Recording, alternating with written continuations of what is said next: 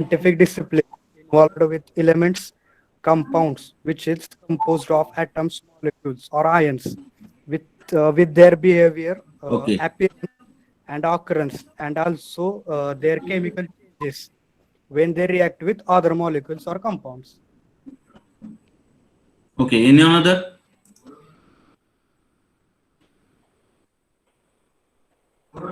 Any another? Chemistry is scientific discipline which involves elements and compounds made up of molecules, atoms, and ions, and their properties, behavior, and they undergo changes when they react with other compounds. Okay. Good. Okay. So everybody know that the definition of chemistry. Chemistry is what? It is a scientific discipline. It involves with elements and compounds, and that elements and compound is composed of atom, molecule, and ions. So this is most important because students don't know what is meant by compound and atom. If anybody asks you what is meant by atom, what is meant by compound, so some of the students says that both are the same. So it is not same. Okay. So element and compounds that composed with what? Atom, molecule, and ions. Okay.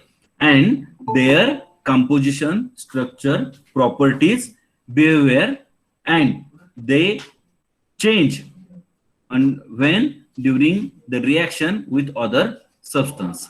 So that called as a chemistry. Okay. So in the today's lecture, we will see about the inorganic chemistry. That is BCT 30502. Okay. Paper number 10, inorganic chemistry. And from inorganic chemistry, we will see the unit number 4, that is catalysis. Okay. So here I would like to share the screen.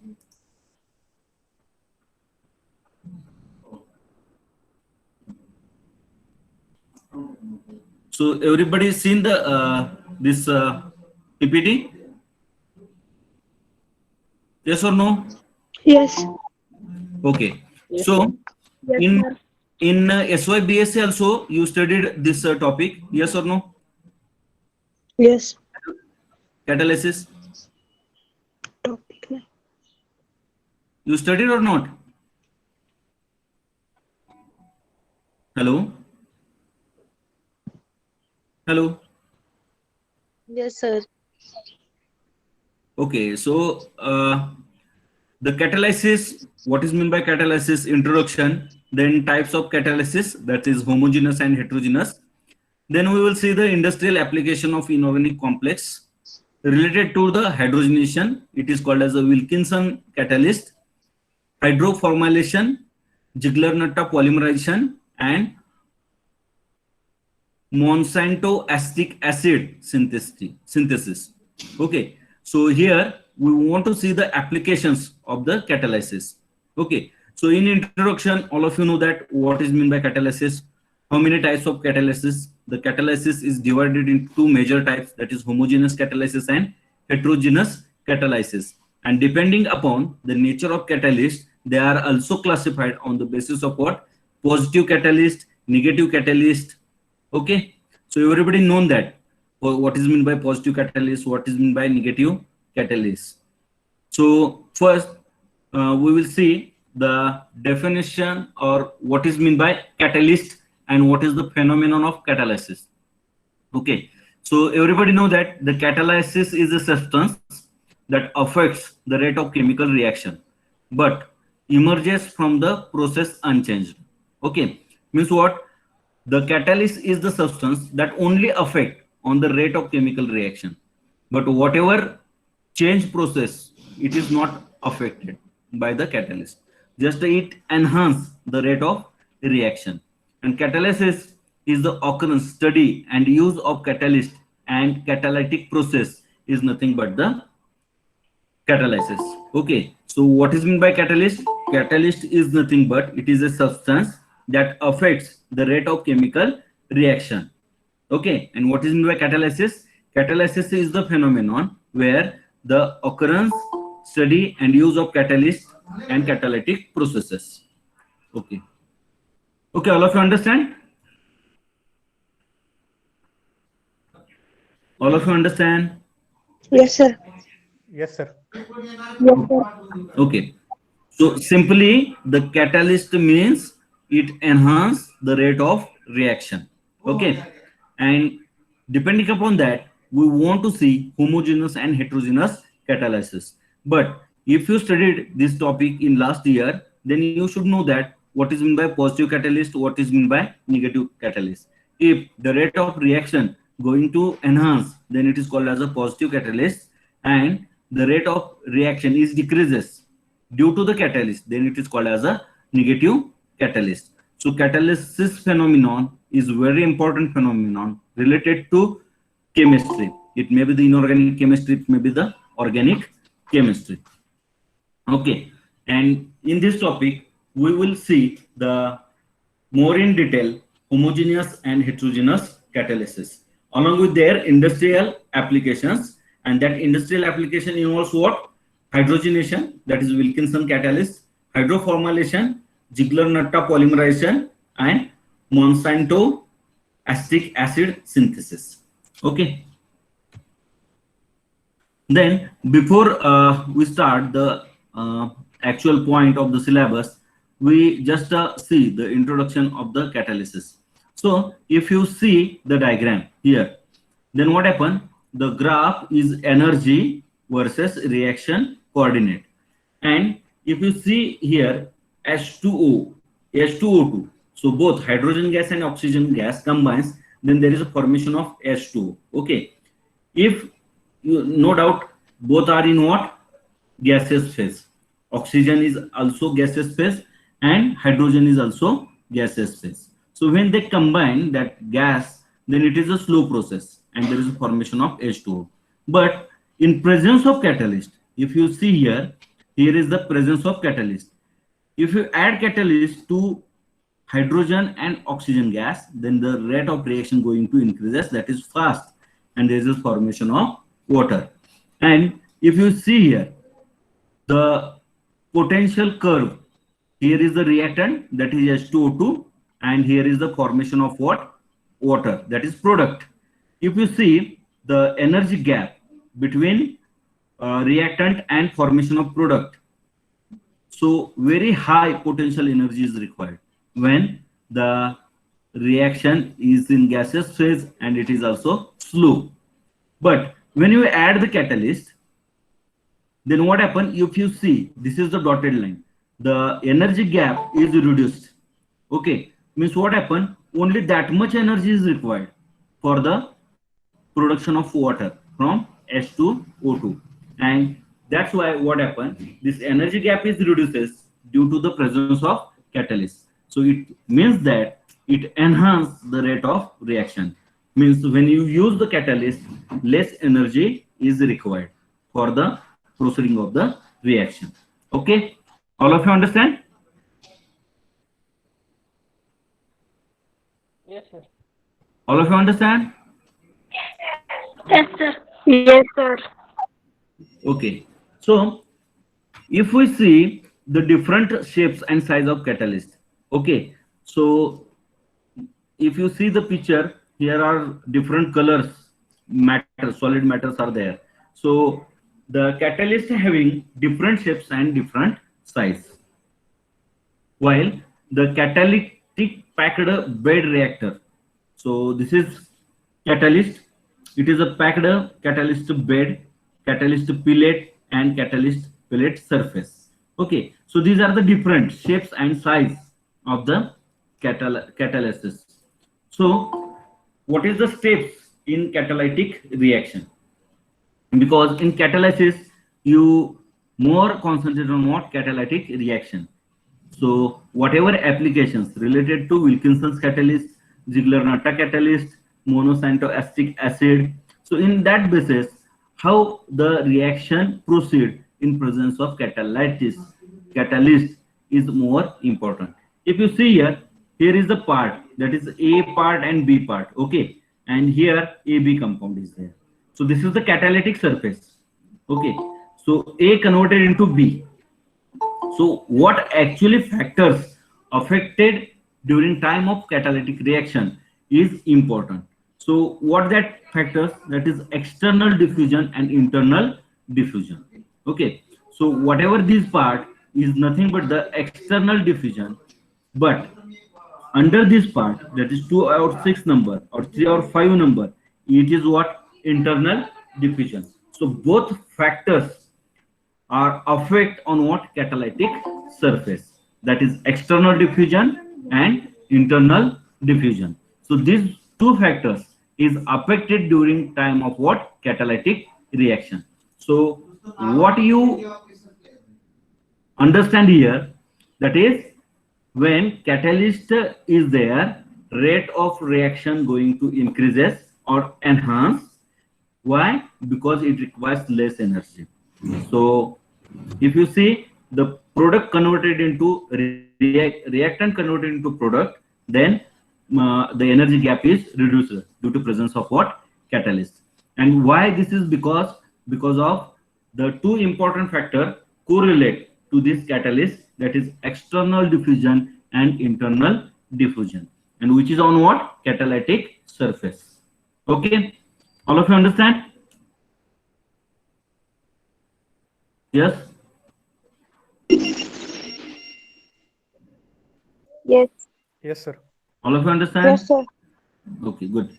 So, so in the introductory part of catalysis, we want to see some basic part. Okay, so if any catalyst, that catalyst have active sites. Active sites. So what is mean by active site? Reactions are not catalyzed over the entire surface, but only at a certain active sites or recent or centers that result from unsaturated atoms in the surface. Okay, means in previous year you seen that there are two theory for the catalytic catalyst.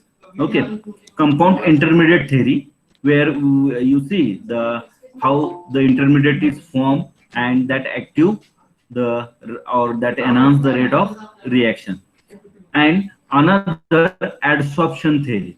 Okay, where you have to see the graphene type material, where the some crust and troughs are there, and that active sites are generated on this adsorption theory. You remember that one? Yes, no?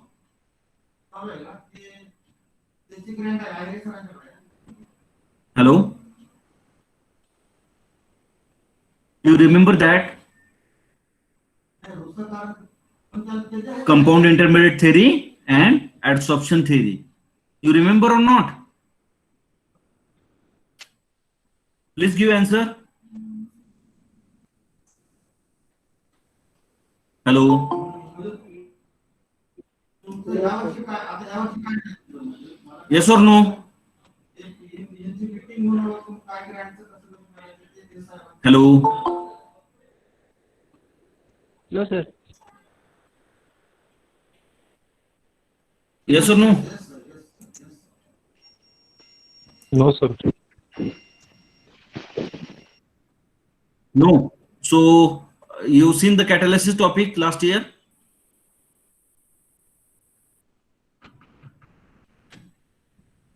Catalysis, SYBAC. Yes or no?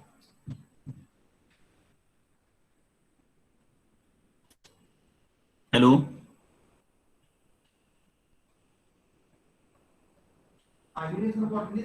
Okay. No. So adsorption theory and compound intermediate theory, where what happened? The reactant connected to the catalyst.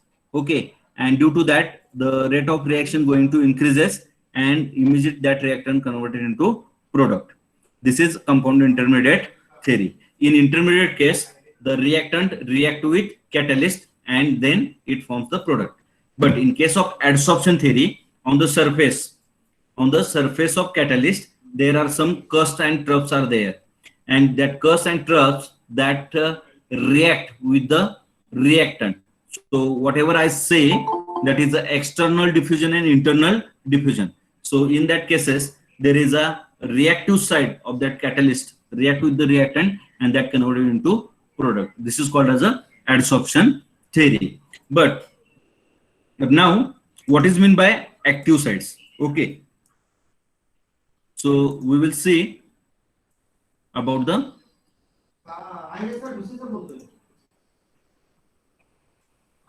आपल्याकडे UGC DBT start आहे ना committee,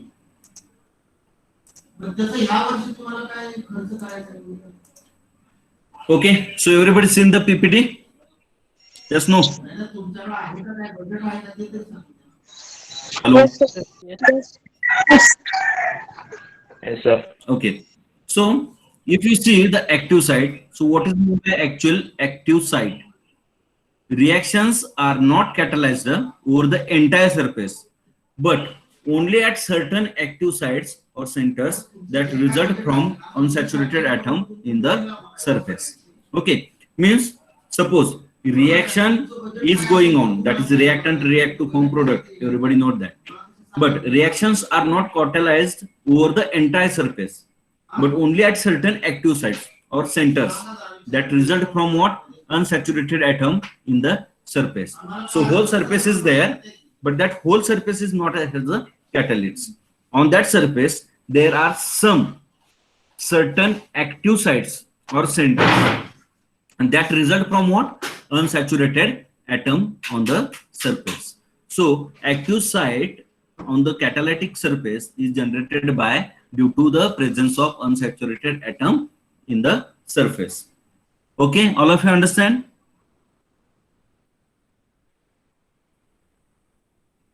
All of you understand? Yes, sir.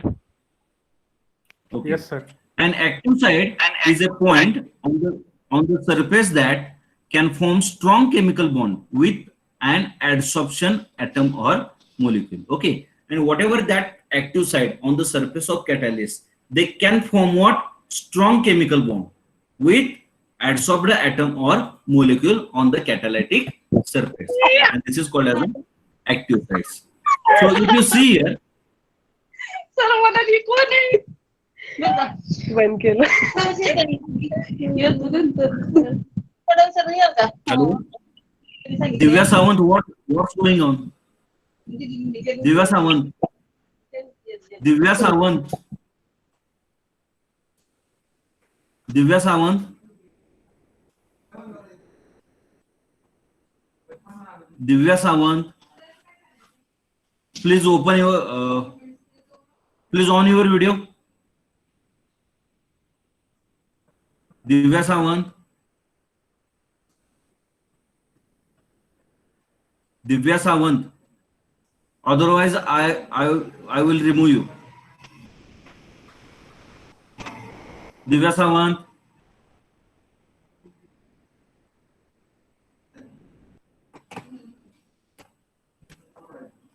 So such type of activity is disturbing the class, and I don't like this one. Divya Sawant.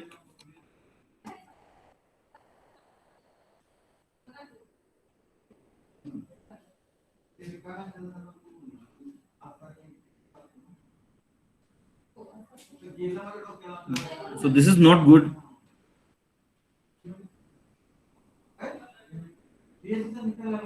Okay. Everybody seen the PPT? Yes or no? Yes, sir. Yes, sir. Okay. If you see adsorption, that is A plus S, both react, and you know that this is a reversible reaction, and the product formation is what? A into S. So what happened? Vacant and occupied side. So if you see the surface, there are some crust and troughs are there. Okay. If you see, this is active side, so A bound with B.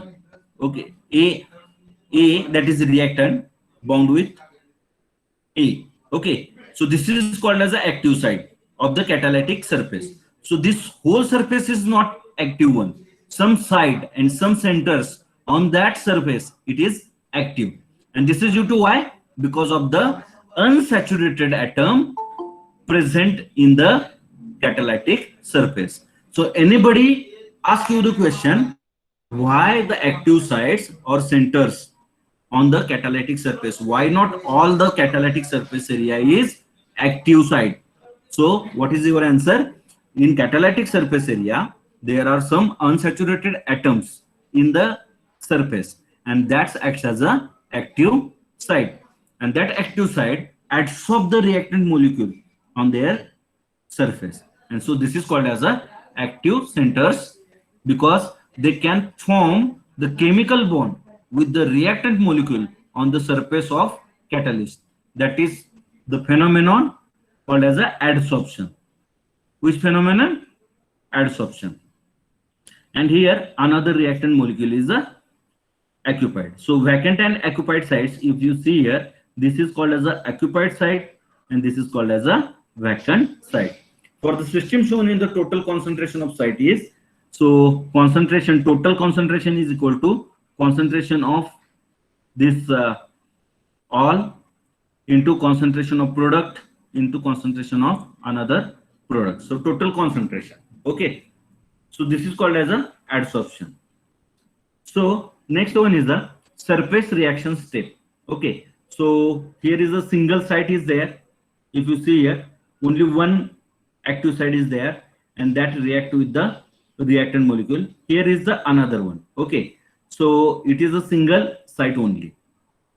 So single site means what? The surface reaction may be single site mechanism in which only the site on which the reactant is adsorbed is involved in the reaction. For example, adsorbed molecule of A may isomerize or perhaps decompose directly on the site to which it is attached, such as if you see here, here is only one site is attached, here another one. Okay, so because in each step the reaction mechanism is elementary, the surface reaction rate law is, so there is no need to this law because we want to just see the introductory part of catalyst and just how the surface reaction steps occurs during time of catalytic phenomena. So this is one a single site surface tension. Then second one, that is a dual site.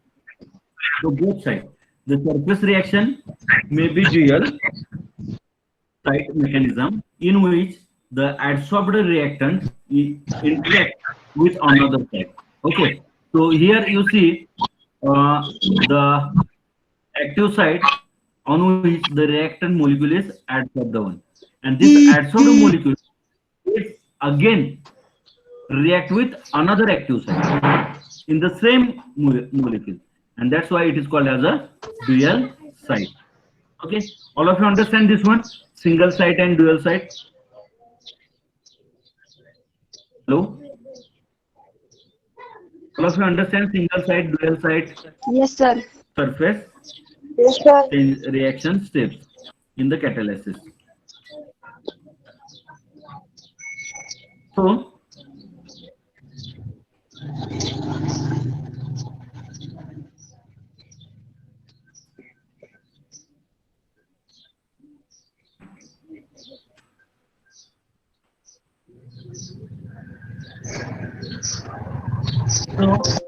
these are the introductory part of the catalysis, and next lecture we will see the most important type of catalysis, that is homogeneous and heterogeneous, and after that we will see these four applications related to the catalysis.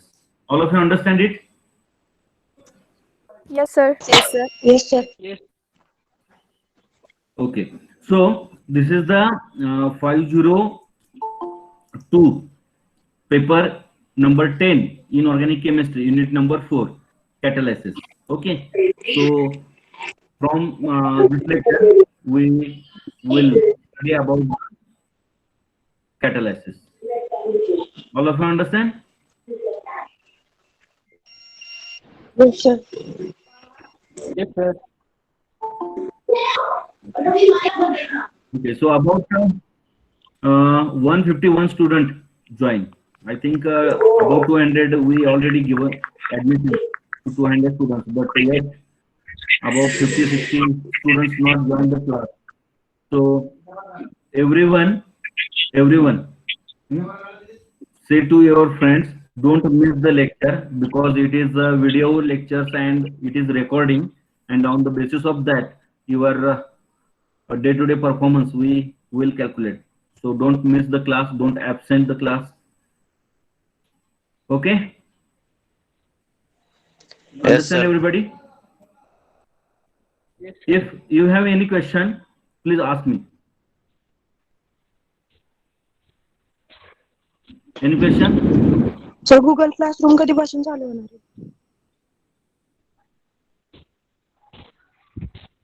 Yes? Google classroom कधीपासून चालू करणार आहे? Pratisha Kadam? Sir Google classroom It कधीपासून? is already start, no? नाही PDF मला एक Whatever whatever material given to you, whatever material given to you or assignments on Google Classroom, at that time we will provide to you the code of Google Classroom, and through that you have to see the material of related topics as well as assignments. Okay, so when we create Google Classroom we will inform you. Okay thank you. Any another?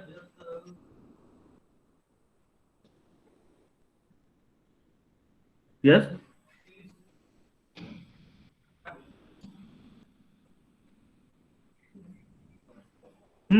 Please ask the question. Dipali Shingade,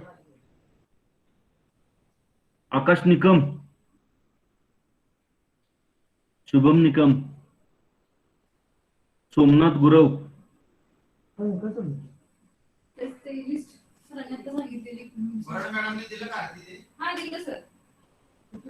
So I think within 5 or 10 minutes, Mali ma'am will start your lecture. So please keep join for the second lecture.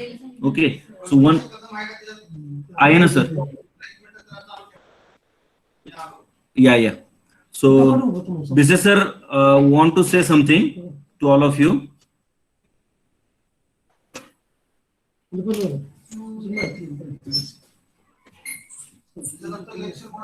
Mali madam.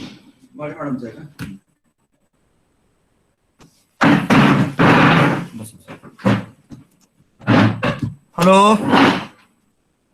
Hello hello hello. Yes sir. Hello sir. एक आपण एक notice पाठवलेली आहे बघा टीवायच्या ग्रुपवर. रयत inspire camp साठी, रयत project inspire camp साठी आपल्याला मुलं पाहिजेत काही टीवायचे. हॅलो. हा सर. त्याच्यासाठी काही नावं तुम्ही सिलेक्ट कोणी इच्छुक असेल तर नावं द्या ना मला.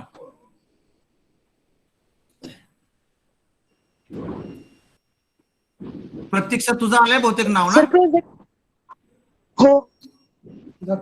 तू इंटरेस्टेड आहे ना. हो. अजून कोण आहे सांगा ना मला. प्रोजेक्ट वगैरे तुम्हाला आम्ही देणार आहोत, गाईड देणार, प्रोजेक्ट देणार. हॅलो. अजून कोण इंटरेस्टेड आहे. सर सोनाली संजय जंगम एक आज नाहीये लेक्चरला, ती तिला पण घ्यायचे. घ्यायचंय का. हा. सोनाली जंगम. हा. बर. प्रतीक्षा कदम आणि सोनाली जंगम. प्रतीक्षा कदम पूर्ण नाव काय तुझं. प्रतीक्षा संभाजी कदम. संभाजी. आणि सोनाली संजय जंगम. संजय जंगम. अजून कोण आहे का मग. सर कशा रिलेटेड आहे प्रोजेक्ट. कशा रिलेटेड प्रोजेक्ट तुम्हाला प्रोजेक्ट केमिस्ट्री रिलेटेड असणार. त्याचं प्रोजेक्टही आम्ही तुम्हाला देणार आहे, त्याचं गाईडही तुम्हाला देणार. फक्त तो तुम्ही तयार करायचा स्वतः. आणि आपलं रयत विज्ञान परिषद असते ना.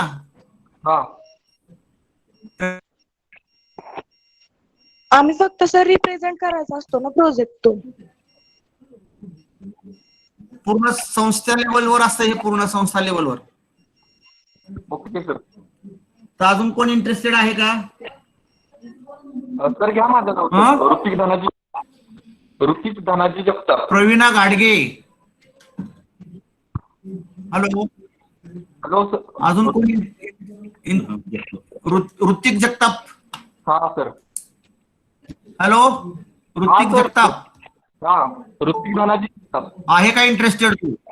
हा आहे सर. ऋतिक धनाजी जगताप. नाव सांग पूर्ण. ऋतिक तानाजी. धनाजी. ओके. अजून कोण आहे का?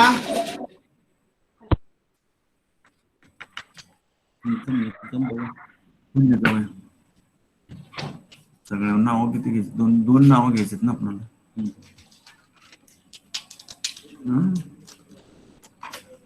अजून जर समजा कोणाला इंटरेस्ट असेल तर मला सांगा, मग आपण त्याच्यातलं काहीतरी ठरवूया. 2 नावं घ्यायची असली तर. हा,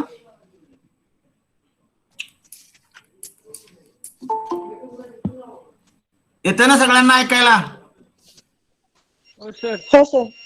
येस येस येस. बघा, if anybody is interested still, they are mostly invited and call me. हा, फोन करा मला लागल्यास तसं काय असेल तर, बरं का? हो सर.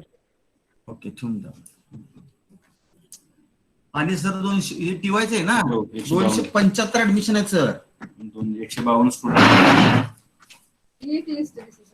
हे बघा, सगळ्यांनी जे काही नवीन ऍडमिशन जे झालेले आहेत, आपण जवळपास 275 जणांना ऍडमिशन दिलेलं आहे. ठीक आहे. तर त्या सगळ्यांना सांगा की लेक्चर मिस करू नका, कारण ही तुमची जी काही प्रेझेंटी आहे विथ युअर नेम, तुम्ही किती वाजता लॉग इन झाला, किती वाजता लॉग आउट झाला, हे सगळं याच्यामध्ये काय होतं, रेकॉर्ड होतं. ठीक आहे. हॅलो, हो सर. Okay sir. समजतं का? हो. ओके. आता नेक्स्ट लेक्चर जे आहे ते मॅडम घेतील. तुम्ही घरी अभ्यास करायचा आणि घरीच थांबायचं. ठीक आहे. Yes sir. Okay. So have a nice day. Stay at home and stay safe. Okay. Okay, thank you sir.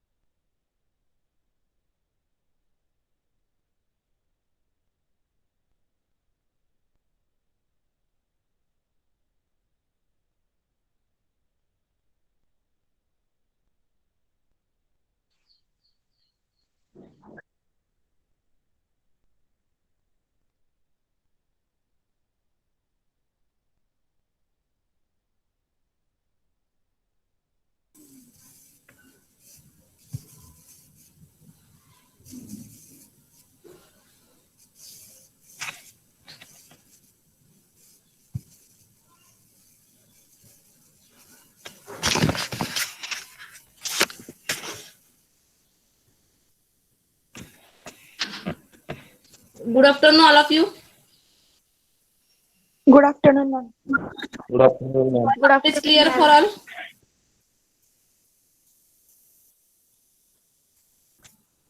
Sound is audible. Yes ma'am. Yes Okay. Ma'am. Is your first lecture is finished?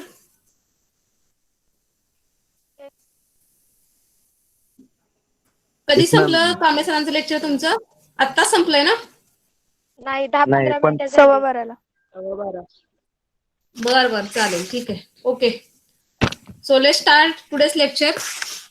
In last lecture we have discussed that is the introductory part of the infrared spectroscopy, and that is the vibrations which are present in the infrared spectroscopy. In last lecture we discussed that is the infrared spectroscopy generally used to determine the actual functional group present in the organic molecule. Means that is this infrared spectroscopy, the vibrational motions, these are the recorded by the infrared, and due to these vibrations, actual which type of the functional group is present in that organic molecule, it is determined by the IR. Also in last lecture we have discussed that is the which types of the vibration generally present in the molecule. So tell me that is the which type of the vibration generally present in the molecule. Rotational. There are that is the freedom vibrations. There are that is the two types of the vibrations. First type that is the stretching vibrations, and second type that is the bending vibration. So these two type of the vibration generally present in the molecule. The stretching vibrations means, what is mean by stretching vibration? In last lecture we have discussed what is mean by stretching vibration. Bond length increase Yes, the vibrations in which that is the bond length is increases. It is called as that is the stretching vibrations. These stretching vibrations are of two type. Which are these two type? Symmetric and asymmetric. Yes, correct. The stretching vibrations are of two type. First one that is the symmetrical stretching vibration, and second one that is the unsymmetrical stretching vibration. What is mean by symmetrical stretching vibration?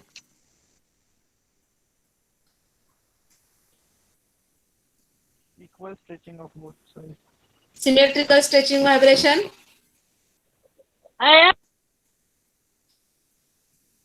कोण सांगणार?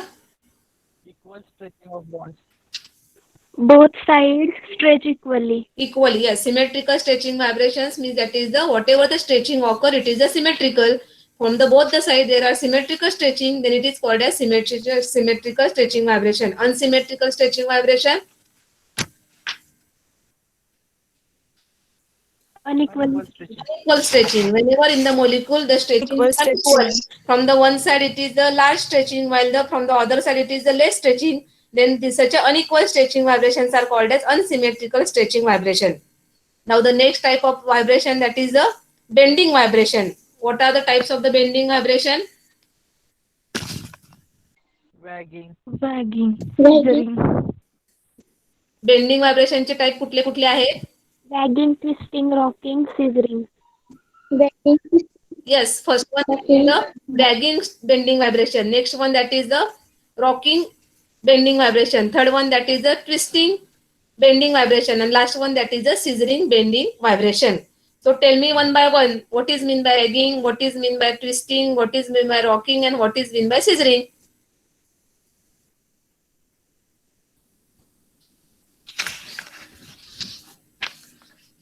सांगा मला.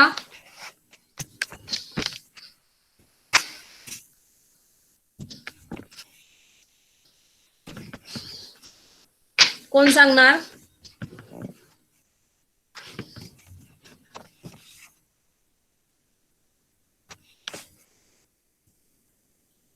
What is mean by wagging vibration? In last lecture we have discussed.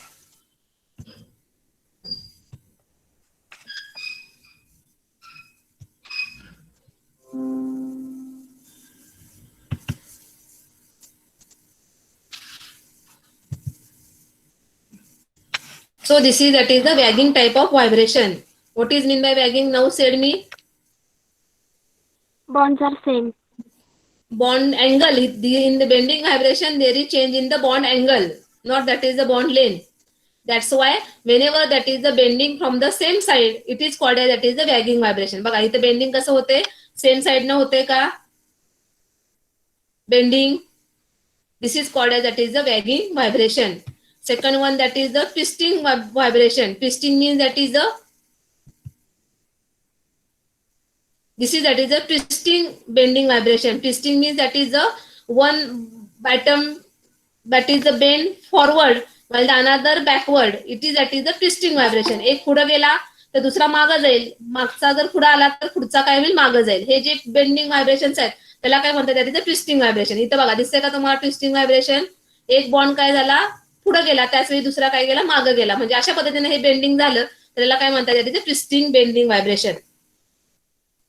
दिसते का तुम्हाला सगळ्यांना स्क्रीनवरती? हो. दिसते का ट्विस्टिंग व्हायब्रेशन सगळ्यांना? दिसतंय की नाही? हा, हो, समजलं दिसतंय. Twisting vibration. मग इथं बघा हा मोलिक्यूल बेंड होताना कसा होतो, एक आयटम आहे तो काय होतो बॅक साइडला बेंड होतो, त्यावेळी दुसरा आयटम काय होतो फॉरवर्डला बेंड होतो. हे ट्विस्ट झालं, ट्विस्टिंग. त्यानंतर सेकंड व्हायब्रेशन आहे ते म्हणजे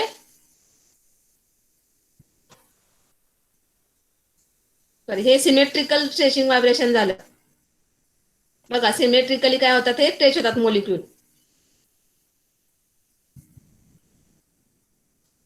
आता हे काय झालं सांगा. This is that is the rocking vibration, bending vibration. आता इथं आयटम बेंड होताना काय होतात, आयदर हे दिस साइड और आयदर दिस साइड, कुठल्या तर एका साइडला हे काय होतात आयटम जेव्हा बेंड होतात तेव्हा त्याला काय म्हणतो आपण रॉकिंग व्हायब्रेशन. म्हणजे in this way if there is bending in this way it is called as that is the rocking vibration. Twisting vibration, this is that is the twisting vibration.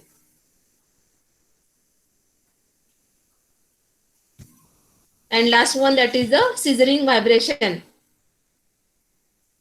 बघा हे कात्रीसारखं काय होणार, दोन्ही बॅक साइडला गेले तर back साइडला, दोन्ही फ्रंट साइडला आले तर फ्रंट साइडला. हे जे व्हायब्रेशन आहे त्याला काय म्हणतो आपण, दॅट इज द सिझरिंग व्हायब्रेशन. कात्री चालवताना बघा कात्रीची दोन्ही टोकं काय होतात, एका वेळी पुढे येतात पण एका वेळी लांब जातात. हे काय म्हणतो आपण ह्याला, दॅट इज द सिझरिंग व्हायब्रेशन. कळाले का? हे बेंडिंग व्हायब्रेशनचे 4 टाईप आहेत. समजले प्रत्येकाला? तुमचा आवाज नाही येत और नो, काहीतरी सांगा. Yes ma'am. समजले का? मग आता तुम्हाला स्ट्रेचिंग व्हायब्रेशन्स आणि बेंडिंग व्हायब्रेशन्स हा समजले मॅडम. बोलेल.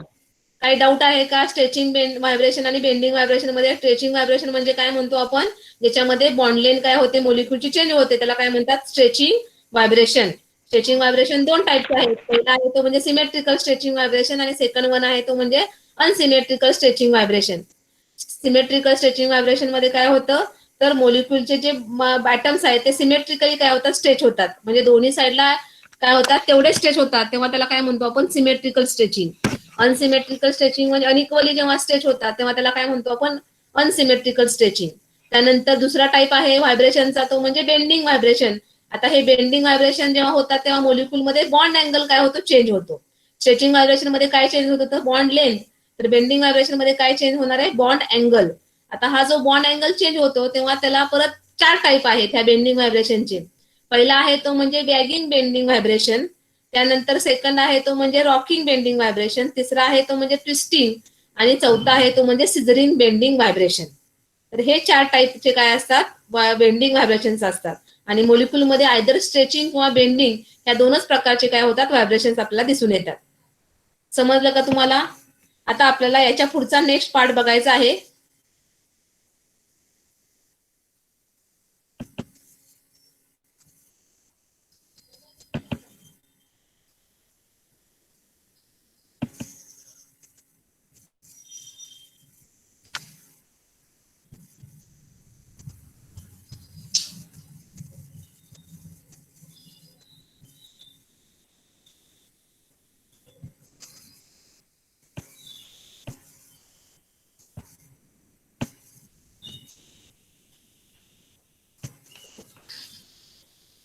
in IR spectroscopy, whatever that is a molecule, it is stimulated by that is the IR radiations. In IR radiation, the molecule gives that is a response. It is detected by the instrument and give that is a spectrum. In the infrared spectroscopy, we get very sharp signals. Why we get that is a sharp signals in the infrared spectroscopy? We have already discussed it in the last lecture. So, said me why that is the in infrared spectroscopy we get that is a very sharp signal. We get that is a very sharp peak in the infrared spectroscopy. What is the reason? सांगा.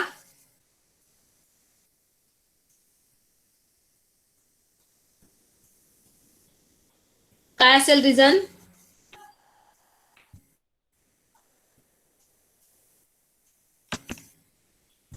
कोण सांगणार आहे? माझा आवाज सगळ्यांना येतोय का ऐकू? स्ट्रॉंग बॉन्ड प्रेझेंट असतात म्हणून तिथं शार्प पीक येतात ना. हो की, पण स्ट्रॉंग बँड प्रेझेंट असतो ते मान्य झालं, पण ऍक्च्युअली जे त्याचा शार्पनेस आहे तो कशामुळे आहे? मागच्या लेक्चरला आपण डिस्कस केलेलं आहे. शार्पनेस कशा रिलेटिव्ह इंटेन्सिटीवरती डिपेंड असते. आपण इन्फ्रारेड स्पेक्ट्रोस्कोपी मोलिक्यूल मधला कुठला चेंज फक्त रिस्पॉन्सिबल आहे? कुठल्या चेंजला रिस्पॉन्सिबल आहे इन्फ्रारेड रेडिएशन्स?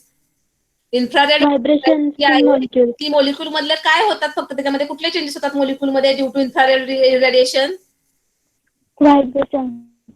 व्हायब्रेशनल चेंजेस होतात. परंतु मोलिक्यूल मध्ये काय काय बनलेलं असतं? इलेक्ट्रॉनिक ट्रान्झिशन्स असतात, त्यानंतर व्हायब्रेशनल ट्रान्झिशन्स असतात आणि रोटेशनल ट्रान्झिशन्स असतात. बरोबर? कुठलाही मोलिक्यूल घेतला तर त्या मोलिक्यूल मध्ये इलेक्ट्रॉन जेव्हा एक्साइट होतो तेव्हा तो लोअर एनर्जी लेवलवरनं हायर एनर्जी लेवलला काय होतो? तो एक्साइट होतो. पण जेव्हा फक्त मोलिक्यूल मध्ये व्हायब्रेशनल चेंजेस होतात तेव्हा तो फक्त काय होणार आहे? तिथं व्हायब्रेशनल एनर्जी लेवल जेवढी आहे तेवढी एक्साइट होणार ना. त्याच्यामुळे आपल्याला काय मिळतो? शार्प सिग्नल मिळतात. पण ते जर आपण युव्ही स्पेक्ट्रोस्कोपी मध्ये बघितलं तर आपल्याला तिथं ब्रॉड सिग्नल मिळतात. कारण काय रिझन त्याचं? कारण UV spectroscopy is responsible for that is the changes in the electronic state of the molecule. म्हणजे इलेक्ट्रॉनिक स्टेट मध्ये काय होतं? तिथे चेंजेस होतात. आणि इलेक्ट्रॉनिक स्टेट कशाने बनलेली आहे? व्हायब्रेशनल पण बनलेली आहे आणि रोटेशनल पण बनलेली आहे. त्यामुळे जेव्हा इलेक्ट्रॉनिक चेंज होतो तेव्हा तिथं काय होणार आहे? आपल्याला ब्रॉड सिग्नल मिळणार आहे. म्हणजे तिथं आपल्याला काय मिळतं? ब्रॉड सिग्नल्स मिळतात. समजलं का? Why we get that is a sharp peaks in the infrared spectroscopy? Because infrared spectroscopy is responsible for only that is the vibrational changes in the molecule, and that's why we get that is a very sharp peaks in the infrared spectroscopy. But in the UV spectroscopy, there are that is the UV radiations are responsible for that is a change in the electronic state of the molecule, and due to these changes in the electronic state, we get that is the broad peaks in the UV spectroscopy. आपल्याला UV spectroscopy मध्ये broad peak मिळतात किंवा broad signal मिळतात आपण जेव्हा spectrum बघतो तेव्हा.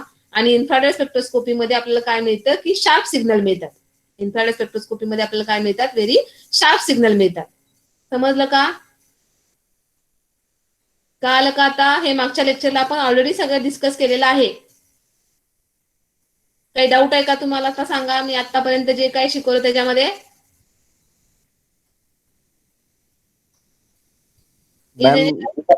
Vibrational motion आहेत त्यामुळे तिथे शार्प पीक येतात. मग रोटेशनलला अजून त्यापेक्षा शार्प येतात का? रोटेशनल चेंजेस मोलिक्यूल मधले इन्फ्रारेड स्पेक्ट्रोस्कोपी मध्ये होतच नाहीत ना. हा, फक्त काय इन्फ्रारेड जी लाईट आहे ती लाईट काय कशासाठी? फक्त ती लाईट तेवढी त्याची जी फ्रिक्वेन्सीची जी वेव्हलेंथ आहे ती कशासाठी रिस्पॉन्सिबल आहे? मोलिक्यूल मध्ये जे व्हायब्रेशन्स होतात तेवढेच काय होतात? त्याच्यामुळे काय होतात? त्या एनर्जीमुळे काय होतात? जी एनर्जी आपण वापरतो रेडिएशन इन्फ्रारेड लाईट मध्ये त्या एनर्जीच्या मुळे काय होतात? व्हायब्रेशनल चेंजेस होतात. आता आपण बघितलं की इलेक्ट्रोमॅग्नेटिक स्पेक्ट्रम बघितला. आपल्याला जर रोटेशनल चेंजेस करायचे असेल तर आपल्याला कुठली एनर्जी वापरावी लागेल? सोर्स कुठला वापरावा लागेल? डिस्कस केलंय आपण हे. बघा बरं आता इथं मी ही स्लाइड दाखवली होती तुम्हाला.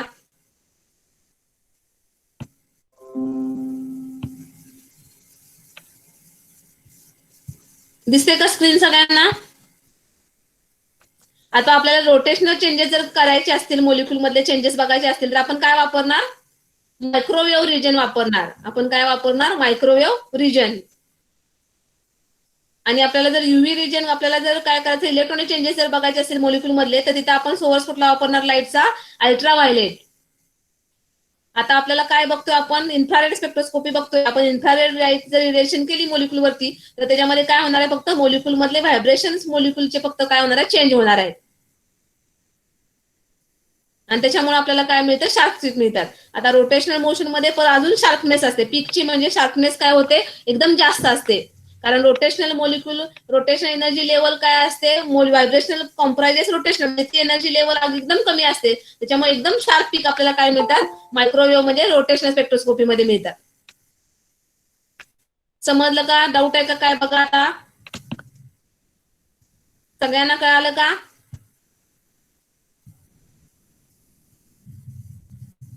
कळालं का सगळ्यांना?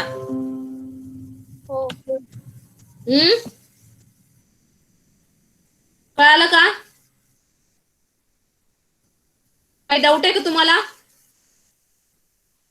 नाही मॅम. तुमचा आवाजच ऐकू येत नाही मला, काय कळत नाही तुमचं नक्की काय चाललंय.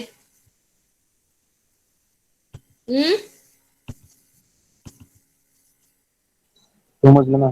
श्रद्धा कणसे आहे का? श्रद्धा कणसे कुठे आहे? व्हिडिओ ऑन कर जरा. सोनल भगत,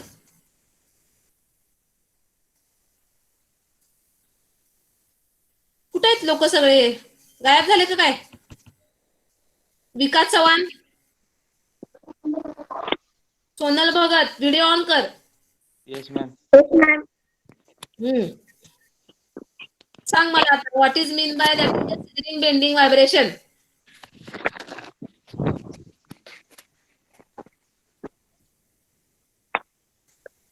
विकास चव्हाण, व्हिडिओ ऑन करायचंय.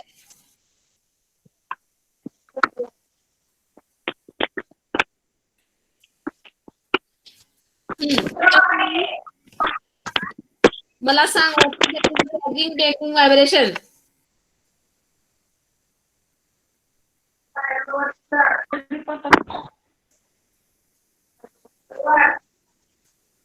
तुझा आवाज नाहीये, म्यूट केलाय, अनम्यूट झालाय तू. व्यवस्थित आवाज आधी म्यूट करून घे. Stretching, bending vibration are the vibrations in which bond length changes while bending मध्ये मला वॅगिंग बेंडिंग व्हायब्रेशन म्हणजे काय विचारले. मी तुला जो प्रश्न विचारला त्याच प्रश्नाचं फक्त उत्तर दे मला. सांग. वॅगिंग मध्ये बॉन्ड अँगल चेंज होतो मॅम. बॉन्ड आणि बॉन्ड लेंथ सेम राहते. वॅगिंग कशाला म्हणतो आपण, कुठल्या व्हायब्रेशनला वॅगिंग व्हायब्रेशन म्हणणार आपण.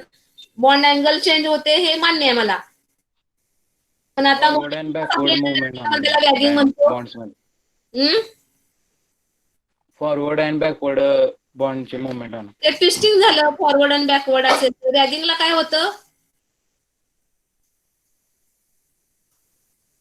वॅगिंग बेंडिंग व्हायब्रेशन म्हणजे आयदर एका साईडला किंवा दुसऱ्या साईडला कुठल्या तरी एका डायरेक्शनला जेव्हा मोलिक्युल काय होतो, बेंड होतो, तेव्हा त्याला काय म्हणतात, that is the वॅगिंग bending vibration.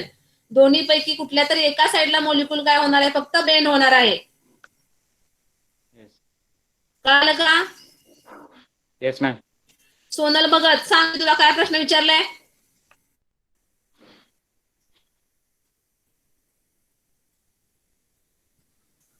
मी कुठल्याही विद्यार्थ्याला प्रश्न विचारणार. सायली भिसे आहे का?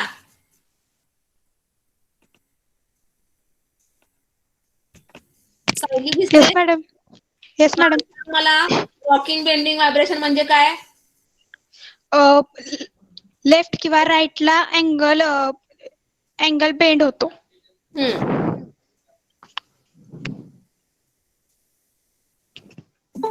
त्याला काय म्हणायचं? Rocking bending vibration. ठीक आहे.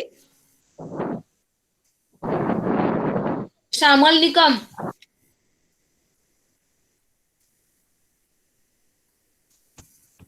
श्यामल निकम आहे का?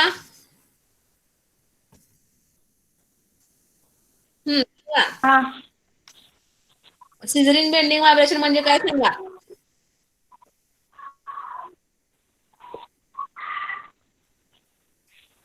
अँगल चेंज होतो आणि कैची सारखं ते अँगल एकदा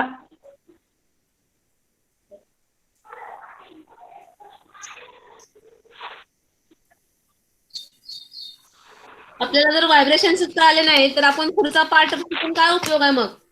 आपल्याला बेसिकच कळालं नाही व्हायब्रेशन्स कसे असतात आणि कुठल्या टाईपचे असतात.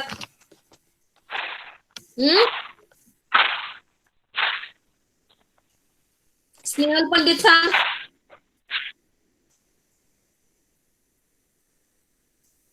येईल का सांगतो तुला?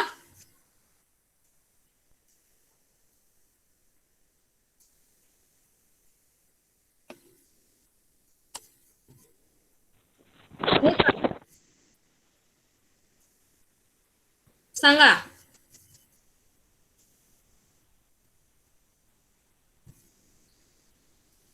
स्नेहल पंडित येईल का सांगता तुला? काय उपयोग ना, मी आता मग स्क्रीनवरती तुम्हाला शिकवणार आणि त्याचं तुम्हाला जर काही कळलं नाही तर आपण पुढे जाऊन काय उपयोग आहे? माझा 4-5 लेक्चर मध्ये हा टॉपिक संपून जाईल की. अजून एक 4-5 लेक्चर मी पॉवर पॉईंट वर घेतले तर हा लेक्चर माझा तुमचा आयआरचा टॉपिक संपून जाईल. त्यातलं कितपत कळालं हे सगळ्यात महत्वाचं. मी तुम्हाला तेवढ्यासाठी सगळे अॅनिमेशन दाखवलेले आहेत. आता ह्या अॅनिमेशन वरनं तो तुम्हाला सांगता यायला पाहिजे की बाबा काय ट्विस्टिंग व्हायब्रेशन म्हणजे काय, बेंडिंग व्हायब्रेशन म्हणजे काय.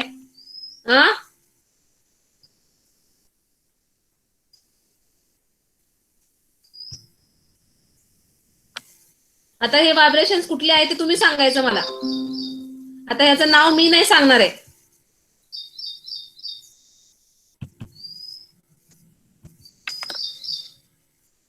सांगा, दिसते का तुम्हाला स्क्रीनवरती?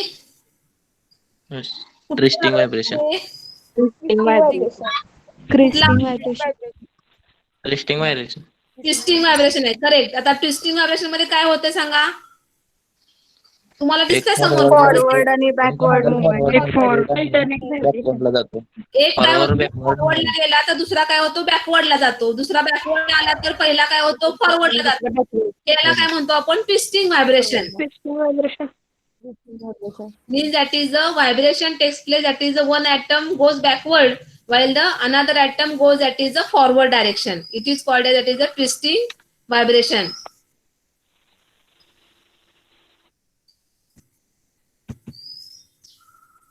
हे सांगा व्हायब्रेशन कुठला आहे?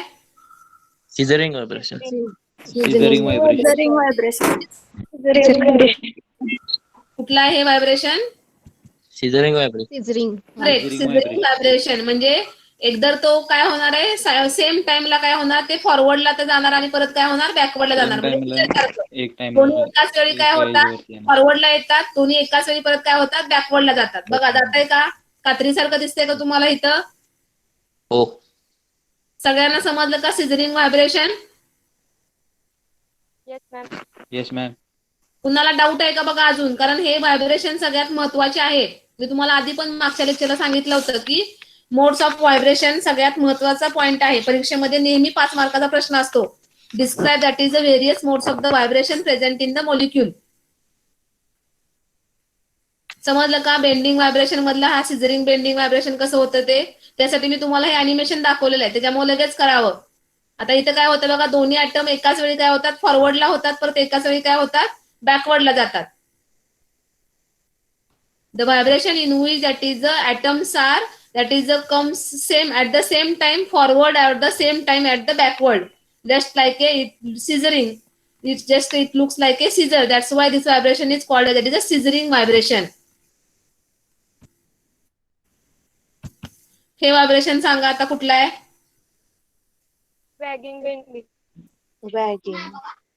वॅगिंग व्हायब्रेशन आहे. काय होतं इथं बघा, काय होतं वॅगिंगला? दोन्ही molecule at a time forward और बॅकवर्ड येतात किंवा बॅकवर्डला जातात. हे काय झालं? वॅगिंग व्हायब्रेशन.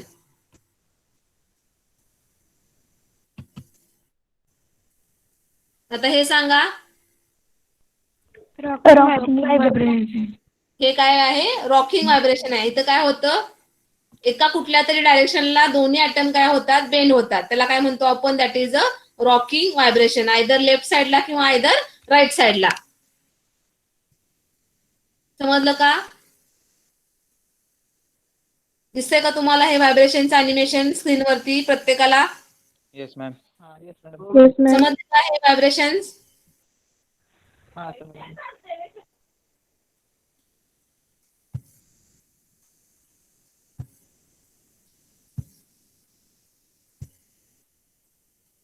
वैष्णवी पवार, मला सांगायचं why we get that is a very sharp peak in the infrared spectroscopy.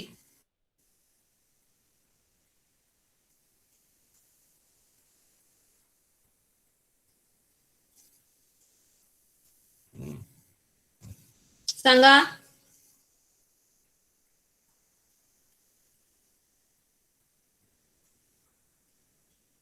येईल का सांगता?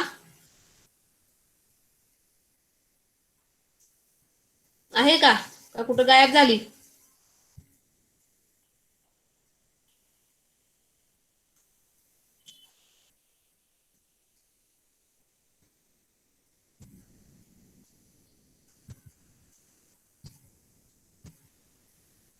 कुणाला सांगता येईल सांगा रे. अक्षय शिंदे सांग.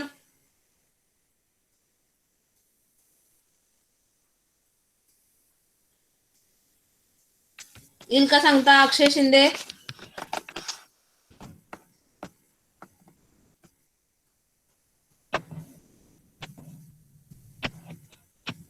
ओमकार दिघे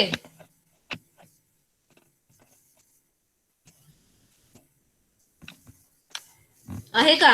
ओमकार दिघे आहे मॅडम. सांगा.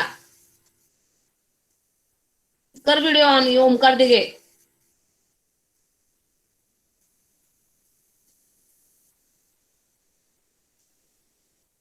सांग मला.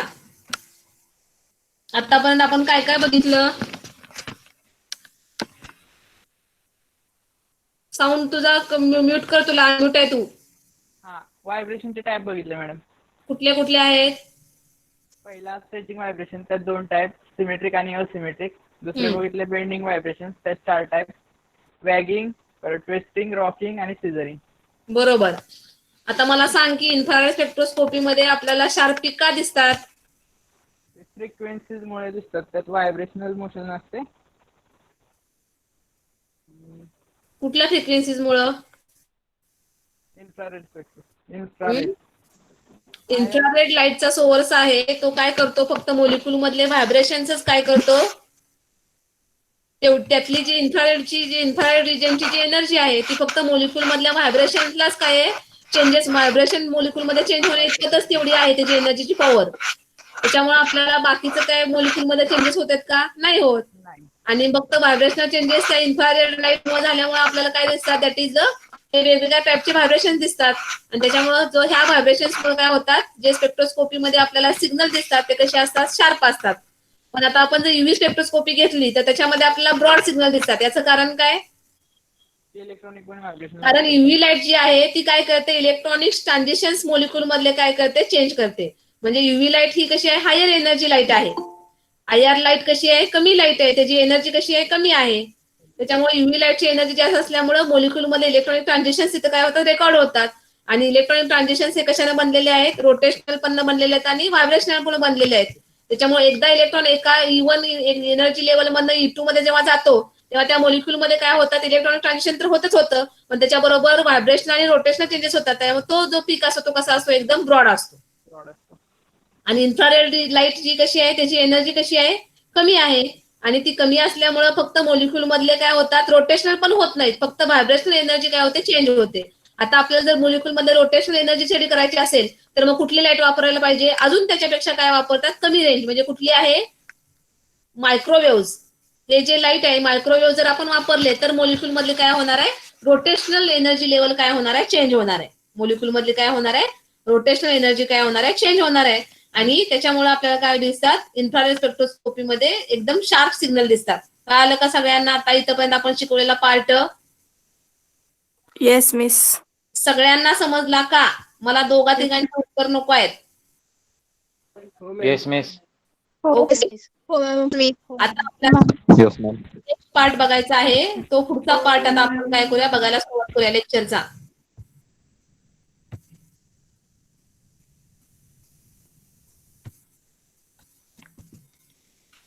हे बघा इथे बघा, आता आपल्याला दिसतंय की हे जे सिग्नल्स आहेत ते कसे आहेत? वेगळे शार्प आहेत. In IR spectrum is basically plot that is we plot that is the peak at that time, that is a transmitted frequencies versus intensity of the transmission or the absorption. This is that is the we have to plot, that is the graph in the infrared spectroscopy. आणि इथं काय होतात हे signals आहेत. म्हणजे हा आपल्याला काय दिसतो अशा पद्धतीने आपल्याला काय मिळतं ट्रान्समिशन आपण बघतो. म्हणजे इथं फ्रिक्वेन्सी आहे इन द वेव्ह नंबर, त्या मोलिक्युलची फ्रिक्वेन्सी म्हणजे फंक्शनल ग्रुपची जी फ्रिक्वेन्सी असते ती इथं काय असते दिलेली असते एक्स ऍक्सिसला, आणि वाय ऍक्सिसला आपण काय बघतो ट्रान्समिशन काय करतो चेक करतो. आता आपल्याला बघायचं आहे की कुठले कुठले मोलिक्यूल काय दाखवतात शार्प पीक दाखवतात आणि कुठले कुठले मोलिक्यूल काय दाखवतात वीक पीक दाखवतात in the infrared spectroscopy. The intensity of the bonds depends upon that is the magnitude of the dipole moment associated with the bond. Strongly polar bonds which such as carbonyl groups are produced, that is a strong band. म्हणजे infrared spectroscopy मध्ये carbonyl group जो असतो तो एकदम strong band काय करतो produce करतो. का? कारण इथं पोलरायझेशन जे आहे ते काय होतं मॅक्झिमम होतं. इथं पोलरायझेशन काय होतं मॅक्झिमम होतं. त्याच्यामुळे इथं काय होणार आहे कार्बोनिल ग्रुप सारखे जे ग्रुप्स असतात ते तिथं काय करतील स्ट्रॉंग बॉन्ड काय करतील तिथं, म्हणजे तिथं त्यांचा काय दिसेल आपल्याला स्पेक्ट्रम आपण जर स्टडी केला तर कार्बोनिल ग्रुपचा पीक जो आहे तो कसा दिसेल एकदम शार्प दिसेल. एकदम कसा असणार आहे शार्प म्हणजे स्ट्रॉंग दिसणार आहे. आता मीडियम पोलॅरिटी जर असेल तर तिथे आपल्याला काय दिसतो तो मीडियम बॉन्ड दिसतो, आणि वीक जर त्याची पोलॅरिटी असेल तर आपल्याला तिथे काय दिसतो आयआर स्पेक्ट्रोस्कोपीमध्ये त्याचा बँड जो आहे तो काय दिसतो वीक दिसतो. आता तुम्ही म्हणाल की पोलरायझेशन म्हणजे काय, तर आता इथं आपल्याला कार्बोनिल मध्ये एकदम स्ट्रॉंग बँड दिसतोय. याचं कारण काय, तर इथं पोलरायझेशन कसं आहे जास्त आहे. का जास्त आहे, कारण कार्बन पेक्षा ऑक्सिजन हा कसा आहे मोर इलेक्ट्रोनिगेटिव्ह आहे. त्याच्यामुळे काय होणार आहे की ऑक्सिजन ही जो पायबॉन्ड आहे त्यातला पायबॉन्ड लगेच ब्रेक होईल आणि ऑक्सिजन वरती कुठला चार्ज येईल, कार्बन आणि ऑक्सिजन याची आपण इलेक्ट्रोनिगेटिव्ह जर कम्पेअर केली तर कोण मोर इलेक्ट्रोनिगेटिव्ह आहे सांगा. ऑक्सिजन. ऑक्सिजन हा कसा आहे करेक्ट मोर इलेक्ट्रोनिगेटिव्ह आहे. त्यामुळे पायबॉन्ड ब्रेक झाल्यानंतर इलेक्ट्रॉन पेअर कुठे शिफ्ट होणार आहे, कार्बनकडे शिफ्ट होईल का ऑक्सिजनकडे शिफ्ट होईल, ऑक्सिजनकडे. ऑक्सिजनकडे शिफ्ट होईल. म्हणजे तिथं कुठला चार्ज क्रिएट झाला निगेटिव्ह. निगेटिव्ह चार्ज क्रिएट झाला, आणि कार्बनवरती कुठला चार्ज झाला पॉझिटिव्ह. चार्ज झाला. करेक्ट. म्हणजे हे जे पोलरायझेशन होतं ते ऑक्सिजन हा मोर इलेक्ट्रोनिगेटिव्ह असल्यामुळे कसं आहे जास्त पोलरायझेशन आहे. त्याच्यामुळे हा जो बँड आहे कार्बन ग्रुपचा तो कसा असेल स्ट्रॉंग असेल. ते जर आपण आता सायनाइडचा बॉन्ड घेतला तर सायनाइडमध्ये कार्बनपेक्षा नायट्रोजनची इलेक्ट्रोनिगेटिव्ह जास्त आहे, परंतु आपण लेफ्ट टू राईट जर इलेक्ट्रोनिक टेबलमध्ये गेलो तर काय होतं इलेक्ट्रोनिगेटिव्हिटी काय होत जाते इन्क्रीज होत जाते. म्हणजे पहिल्यांदा आपण काय म्हणणार हायड्रोजन, त्याच्यानंतर कार्बन, त्याच्यानंतर काय येईल नायट्रोजन, त्याच्यानंतर ऑक्सिजन आणि त्याच्यानंतर फ्लोरीन. म्हणजे नायट्रोजनची electronegativity as compare to oxygen कशी आहे कमी आहे. त्याच्यामुळे इथे पोलरायझेशन कसं होईल कमी होईल. म्हणजे हा पायबॉन्ड ब्रेक झाला सायनाइड ग्रुप मधला तरी सुद्धा चार्ज सेपरेशन होणार आहे, परंतु नायट्रोजनची इलेक्ट्रोनिगेटिव्हिटी कशी असेल ऑक्सिजन पेक्षा कमी असेल. त्याच्यामुळे इथे चार्ज सेपरेशन कसं होणार आहे थोडंसं काय कमी होईल. त्याच्यामुळे हा जो बॉन्ड दिसणार आहे तो कसा दिसणार आपल्याला मीडियम दिसणार आहे. ते जर आपण ऍसिटिलीन कंपाऊंड घेतलं म्हणजे कार्बन कार्बन ट्रिपल बॉन्ड घेतलं तर आता दोन्ही कार्बनची इलेक्ट्रोनिगेटिव्हिटी कशी आहे सेम आहे. त्याच्यामुळे इथे पोलरायझेशन होईल का मला सांगा, चार्ज सेपरेशन होणार आहे का, दोघांची इलेक्ट्रोनिगेटिव्हिटी कशी आहे सेम आहे. त्याच्यामुळे ते चार्ज सेपरेशन होणार आहे का प्लस मायनस असं नाही होणार. म्हणजे होणार परंतु एकदम कमी एकदम म्हणजे एकदम नसल्यासारखंच आहे. त्याच्यामुळे इथं काय होणार आपल्याला वीक बॉन्ड काय होणार इथे दिसणार. म्हणजे इथं पोलरायझेशन एकदम कसं असेल कमी असेल. त्याच्यापेक्षा सिक्स ट्रिपल बॉन्ड मध्ये पोलरायझेशन कसं असेल जास्त असेल, आणि मॅक्झिमम कशामध्ये असेल C double bond O compound मध्ये कसं असेल मॅक्झिमम पोलरायझेशन असेल. आता हा मोलिक्यूल घेतला तर इथं आपल्याला चार्ज सेपरेशन दिसणारच नाही. कारण सांगा का बरं सांगा दिसणार नाही इथं, म्हणजे बिलकुलच चार्ज सेपरेशन होणार नाही. का दिसणार नाही, म्हणजे हा पीक दिसणारच नाही कारण दोन्हीची इलेक्ट्रोनिगेटिव्हिटी सेम आहे. दोघांची इलेक्ट्रोनिगेटिव्हिटी सेम आहे. आणि स्ट्रक्चर बघा ह्या कार्बनला परत कुठला ग्रुप अटॅच आहे मिथिल ग्रुप अटॅच आहे. ह्या कार्बनला परत कुठला ग्रुप अटॅच आहे इथं मिथिल ग्रुप अटॅच आहे. म्हणजे जे काय पोलरायझेशन असेल ते शून्य असेल. म्हणजे जे काय आता ह्या बॉन्ड आपण जर आपण असा म्हणला की हा पाय बॉन्ड ब्रेक झाला तर जे काही सेपरेशन असेल ते इक्वल असणार ना, कारण इथंही हा ग्रुप सेमच आहे, इथंही हा ग्रुप कसा आहे कार्बनला अटॅच झालेला सेमच आहे. त्याच्यामुळे इथं काय होणार नाही बिलकुलच चार्ज सेपरेशन असणार आहे. त्यामुळे हा आयआर मध्ये कसा असेल इनएक्टिव्ह असेल. सिमेट्रिकल मोलिक्युल्स असतात ते कसे असतात मग आयआर मध्ये कसे असतात इनएक्टिव्ह असतात. आता इथं कसं असेल बॉन्ड कसा असेल वीक असेल, कारण इथं बघा हायड्रोजन आहे, इथं काय आहे परत कार्बन आहे. त्याच्यामुळे इथं थोडंसं पोलरायझेशन असेल, त्याच्यामुळे हा बॉन्ड कसा असेल वीक असेल. हे जी बँड आहे तो आयआर मध्ये कसा असेल वीक असेल. हा मीडियम असणार कारण इथे चार्ज सेपरेशन आहे, कार्बन आणि नायट्रोजन इलेक्ट्रॉनिक डिफरन्स आहे. त्याच्यामुळे इथे चार्ज सेपरेशन कसं असेल थोडंसं कमी असेल परंतु असणार आहे. त्याच्यामुळे हा मीडियम असेल. एकदम स्ट्रॉंग कशामध्ये असेल सी डबल बॉन्ड हो, कारण याच्यामध्ये इलेक्ट्रॉनिक डिफरन्स कसा आहे जास्त आहे. त्याच्यानंतर आता आपल्याला बघायचं आहे, आता इथं इन्फ्रारेड स्पेक्ट्रोस्कोपीमध्ये आपण म्हणलं की आपल्याला व्हेरी शार्प पिक्स मिळतात, परंतु त्याच्यामध्ये एक ऑप्शनल असा आहे की infrared band shapes become various infrared band shapes come in various forms. 2 are the most common, narrow आणि ब्रॉड. आपण असं म्हणलं की इन्फ्रारेड स्पेक्ट्रोस्कोपी मध्ये सगळे बॉन्ड असतात ते नॅरो असतात, परंतु एकच बँड आहे OH ग्रुपचा, तो कसा येतो, एकदम जरासा ब्रॉड येतो. इन्फ्रारेड स्पेक्ट्रोस्कोपी मध्ये एकच बँड आपल्याला असा दिसतो की तो काय आहे, व्हेरी ब्रॉड आहे. The example that is the broad band is the display of the oxygen bond in the such. म्हणजे OH लिंकेज जे आहे, आता इथं OH चा बॉन्ड आपल्याला ब्रॉड का दिसतो, याचं कारण तुम्हाला माहिती पाहिजे की ऑक्सिजन आणि हायड्रोजन याच्यामध्ये इलेक्ट्रोनिगेटिव्ह डिफरन्स हा कसा एकदम मॅक्झिमम आहे. कारण ऑक्सिजन हा हाय इलेक्ट्रोनिगेटिव्ह एलिमेंट झाला, तर ऑक्सिजन हा एकदम लेस इलेक्ट्रोनिगेटिव्ह एलिमेंट झाला. आणि त्याच्यामुळे काय होतं की ह्याच्यामधला जो इलेक्ट्रोनिगेटिव्हिटी डिफरन्स आहे तो कसा येतो, एकदम मॅक्झिमम येतो. आणि त्याच्यामुळे आपल्याला फक्त हे जे व्हायब्रेशन जे आहेत, OH व्हायब्रेशन, तेवढेच आपल्याला काय मिळतं, तिथं ब्रॉड दिसतात. बाकी सगळे जे बॉन्ड आहेत, सगळे जे बँड आहेत इन्फ्रारेड स्पेक्ट्रोस्कोपी मधले, ते सगळे कसे आहेत, that is a narrow band आहेत. ते सगळे बँड कसे दिसतात आपल्याला, नॅरो दिसतात. फक्त हा एकच OH असलेला. मग आता OH ग्रुप असलेले मला सांगा फंक्शनल ग्रुप कुठले कुठले, की ते फंक्शनल ग्रुप आपल्याला इन्फ्रारेड स्पेक्ट्रोस्कोपी मध्ये काय दिसतील, ब्रॉड पीक देतील. सांगा मग OH कुठल्या कुठल्या फंक्शनल ग्रुप मध्ये आहे. OH बॉन्डिंग कुठल्या फंक्शनल ग्रुप मध्ये प्रेझेंट आहे. अल्कोहोल. येस, अल्कोहोल, बरोबर. Carboxylic acid. Carboxylic acid. अजून काही आहे का. Carboxylic acid. झालं की कार्बोक्सिलिक ऍसिड आणि अल्कोहोल, एवढ्याच मध्ये काय आहे, OH आपल्याला काय आहे, बॉन्डिंग आहे. मग जिथे जिथे OH बॉन्डिंग असेल तिथे तिथे लक्षात ठेवायचं तुम्ही की आपल्याला काय दिसणार आहे, तिथं ब्रॉड पीक दिसणार आहे, तिथं नॅरो पीक दिसणार नाही. का ब्रॉड पीक दिसणार आहे. ब्रॉड पीक दिसण्याचं कारण इलेक्ट्रोनिगेटिव्हिटी डिफरन्स जास्त आहे. इलेक्ट्रोनिगेटिव्हिटी डिफरन्स जो आहे तो कसा आहे, मॅक्झिमम आहे. आणि त्याच्यामुळे आपल्याला काय दिसतं, इथं ब्रॉड सिग्नल दिसतो. म्हणजे ऍसिडिक ग्रुप जर असेल तर ऍसिडिक ग्रुप मधला OH हा आपल्याला काय दाखवेल, ब्रॉड सिग्नल दाखवेल. किंवा OH आता कुठलंही अल्कोहोल असेल तर त्या अल्कोहोल मधलं OH जे बॉन्ड असेल, OH बॉन्ड असेल, तो कसा दिसणार आहे आपल्याला, तिथं ब्रॉड पीक दिसणार आहे. तिथं पण त्याचा कसा दिसणार आहे, ब्रॉड पीक दिसणार आहे.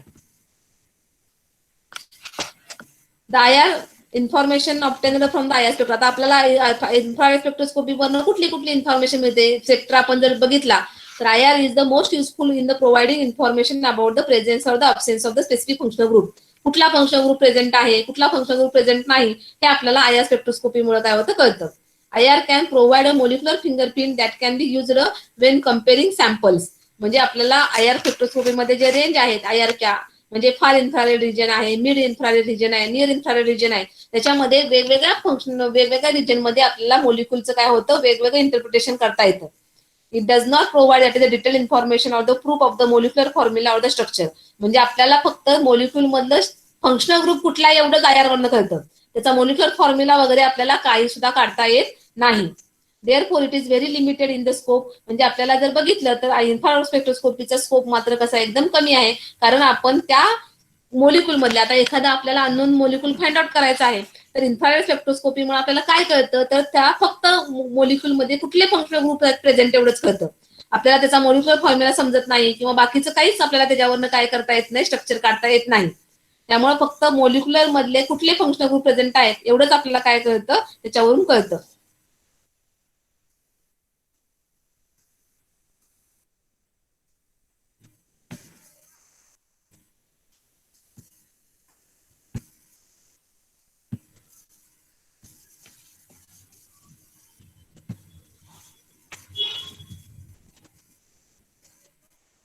हे बघा, मी आता सांगितलं तुम्हाला की आपल्याला अशा पद्धतीने काय दिसतात, वीक सिग्नल दिसतात, मीडियम दिसतात आणि स्ट्रॉंग दिसतात. आता हा जो स्ट्रॉंग पीक आहे तो कुठल्यामुळे दिसणार आपल्याला सांगा मला. कुठला फंक्शनल ग्रुप स्ट्रॉंग पीक दाखवेल.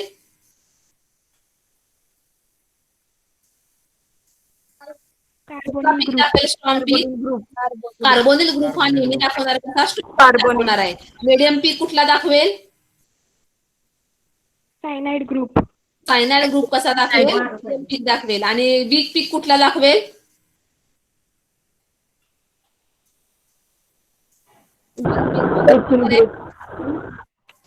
वीक पीक कोण दाखवणार आहे. अल्कोहोल. वीक ब्रॉड नाही विचारलं मी, तिथं दिसतंय का तुम्हाला. ऍसिड कसं दाखवेल, मी सांगितलं आता ऍसिड मधला OH ब्रॉड दाखवतो म्हणून पीक, कारण इलेक्ट्रोनिक डिफरन्स कसा आहे, जास्त आहे.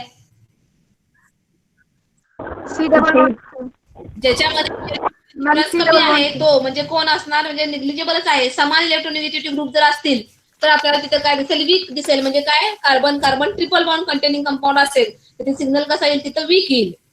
कारण दोन्ही कार्बनची इलेक्ट्रॉनिटी कशी आहे, सेम आहे. त्याच्यामुळे काय होईल, पोलरायझेशन चार्ज सेपरेशन होणार आहे का, नाही होणार. त्याच्यामध्ये तर काय दिसणार आपल्याला, वीक पीक दिसणार आहे. आता आपल्याला नेक्स्ट पार्ट बघायचा आहे, तो म्हणजे that is the how to calculate that is the modes of the vibrations in the molecule. म्हणजे आपल्याला कुठल्या प्रकारचे व्हायब्रेशन्स मोलिक्यूल मध्ये दिसतील हे काय करता येतं, कॅल्क्युलेट करता येतं. त्यासाठी तुम्हाला माहिती आहे की आपल्या ज्या मोलिक्यूल जे असतात त्याचे जॉमेट्री किती पद्धतीचे आहेत, टाइप्स ऑफ द जॉमेट्री. हायब्रिडायझेशनची टाइप सांगा, मग आपण जॉमेट्री बघूया. टाइप्स ऑफ द हायब्रिडायझेशन सांगा.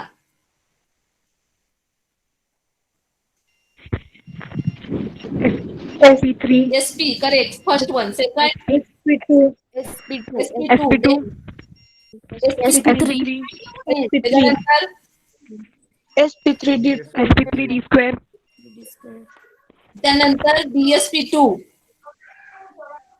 त्यानंतर D2 SP3. हे काय झाले, वेगवेगळे हायब्रिडायझेशनचे टाईप झाले. आता ह्याच्यामध्ये आपल्याला बघितलं आपण तर पहिला जो टाईप आहे तो म्हणजे कुठला आहे, that is the SP hybridisation. आणि SP हायब्रिडायझेशन जे असतात, ज्या ज्या मोलिक्यूलमध्ये SP हायब्रिडायझेशन असतं ते सगळे मोलिक्यूलची जॉमेट्री कशी असते, लिनियर असते.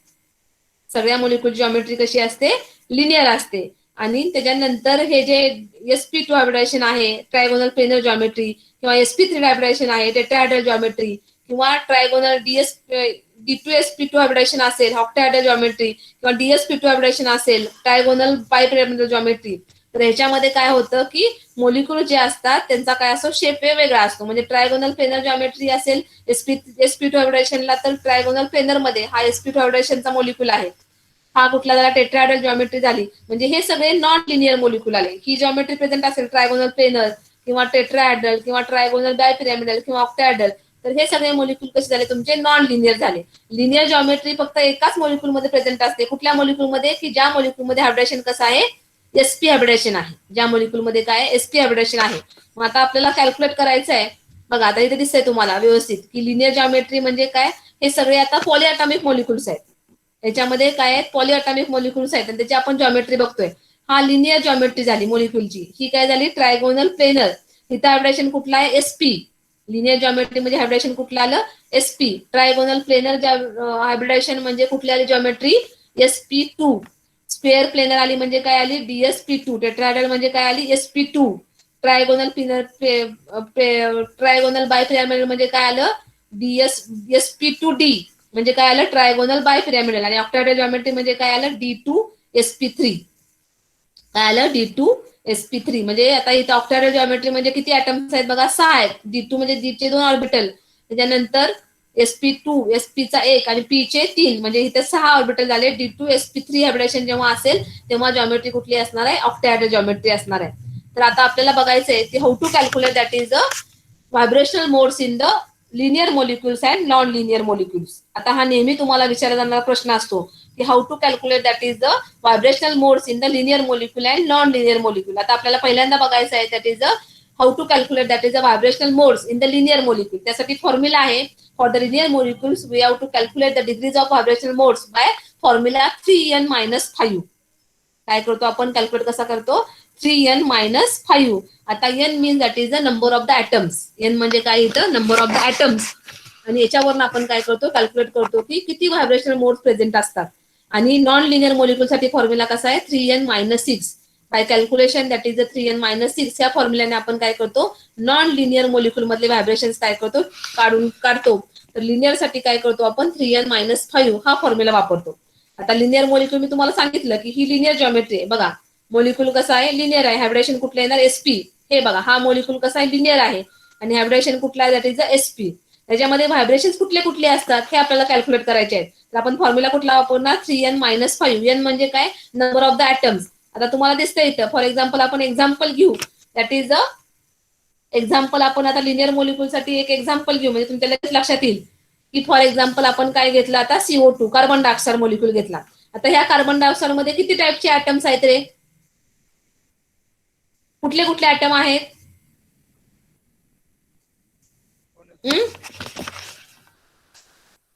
किती ऍटम आहेत ह्याच्यामध्ये, दोन टाईपचे कुठले कुठले आहेत? कार्बन आणि ऑक्सिजन. कार्बन आणि आता oxygen. Total number of the atoms किती झाले कार्बन डायऑक्साइड मध्ये? 2. का किती ऍटम झाले टोटल कार्बन डायऑक्साइड मध्ये? CO2 3. 3 झाले ना, कार्बन 1 आणि ऑक्सिजन काय झाले? 2 झाले. आपल्या या फॉर्म्युलामध्ये टाकायचं 3n-5 आपला फॉर्म्युला आहे. म्हणजे किती झाले बघा? 3 × 3 - 5 किती झाले बघा? 4. 3 × 3 किती झाले? 9 झाले. -5 म्हणजे किती झाले? 4. म्हणजे आपल्याला लिनियर मॉलिक्यूल साठी किती टाईपचे व्हायब्रेशन दिसणार? 4 टाईपचे व्हायब्रेशन दिसणार. किती टाईपचे व्हायब्रेशन प्रेझेंट असतील त्या मॉलिक्यूल मध्ये? फक्त 4 टाईपचे असतील. अशा पद्धतीने आपल्याला काय करता येतं? लिनियर मॉलिक्युल्स मध्ये व्हायब्रेशन किती असतात हे आपल्याला काय येतं? कॅल्क्युलेट करता येतं. आता फॉर एक्झाम्पल हायड्रोजन सायनाइड हा मॉलिक्यूल घ्या. आता मला सांगा की हायड्रोजन सायनाइड मध्ये काय होईल? किती टाईपचे मॉलिक्युल्स आहेत? 2 पद्धतीचे आहेत. आता डायटॉमिक मॉलिक्यूल आहे ना हा. किती नंबर किती झाला सांगा मला आता ऍटमचा हायड्रोजन सायनाइड मध्ये?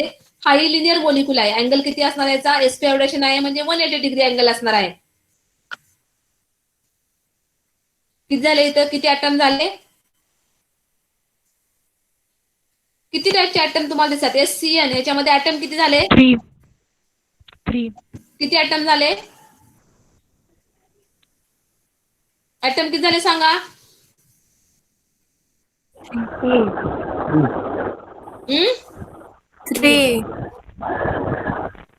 3 पद्धतीचे ऍटम झाले ना.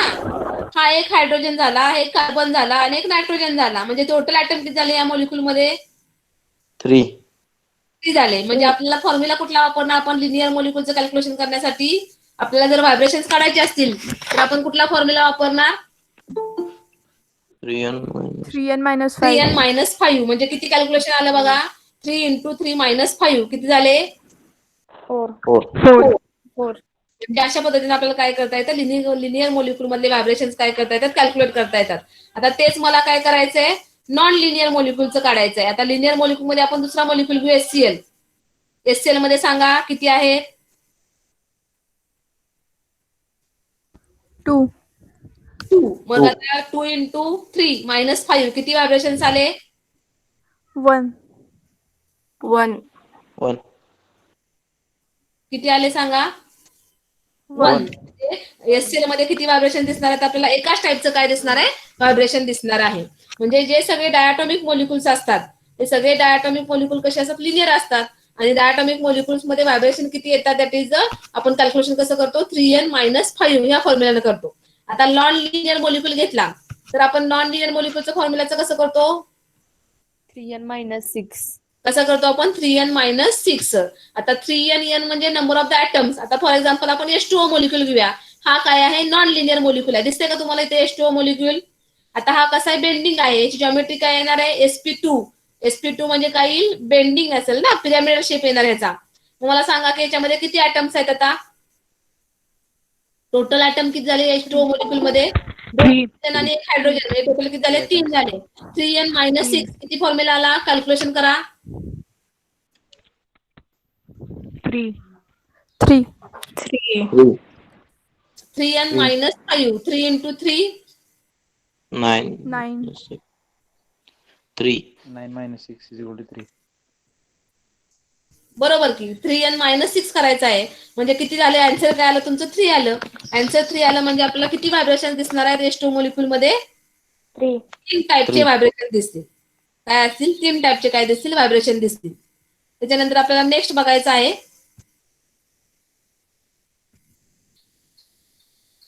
CH4 molecule. आता CH4 मॉलिक्यूल मध्ये सांगा मला. इथे दिसतंय का तुम्हाला? मी इथं आता नॉन लिनियर मॉलिक्यूल घेतलेला बेंडिंग H2O मॉलिक्यूल. दिसतंय का तुम्हाला? व्हायब्रेशन किती दिसतील आपल्याला? 3च बघा. हा 3 पद्धतीने काय होतं? बेंड होतं. दिसतंय का तुम्हाला? बघा कळालं का? दिसतंय का अॅनिमेशन तुम्हाला प्रत्येकाला? Yes ma'am. 3 टाईपचं काय दिसतं? बेंडिंग व्हायब्रेशन दिसतात त्याला. सांगा आता मला CH4 मॉलिक्यूल घ्यायचं आहे. CH4 मॉलिक्यूल लिनियर आहे का नॉन लिनियर मॉलिक्यूल आहे सांगा?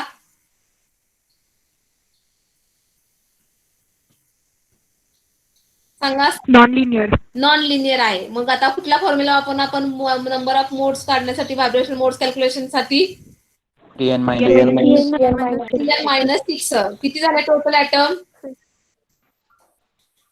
4. किती टोटल ऍटम झाले? 5. 5. म्हणजे काय होणार? 3n इज इक्वल टू 5 आला आपला. म्हणजे काय झालं? 5 into 3 किती आले? 9.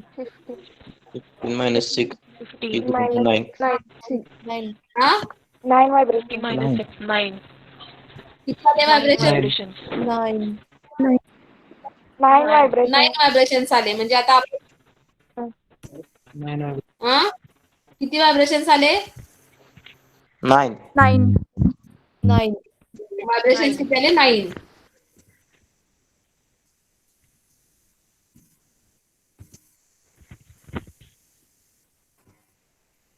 व्हायब्रेशन्स किती आले तुमचे? 9 आले. म्हणजे किती झाले? Total type of the modes of vibration CH4 molecule मध्ये किती झाले? 9 झाले. आता आपल्याला असं कॅल्क्युलेशन करायचं आहे की आपल्याला कार्बनचे अलोट्रॉप माहिती आहेत. कार्बन किती अलोट्रॉप मध्ये प्रेझेंट आहे रे? कार्बन आपण आता ऑर्गॅनिक केमिस्ट्री मध्ये माहिती आहे. कार्बनचे अलोट्रॉप्स किती आहेत?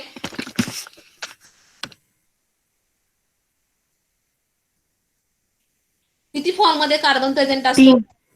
3. सांगा कुठले कुठले अलोट्रॉप्स आहेत कार्बनचे? Diamond, graphite. Yes, correct, good. Graphite आहे, डायमंड आहे आणि नेक्स्ट वन आता न्यूली रिसेंट आपल्याला शोध लागला त्याचा कार्बनच्या अलोट्रॉपचा म्हणजे काय? Fullerene. Yes, correct, good. Fullerene.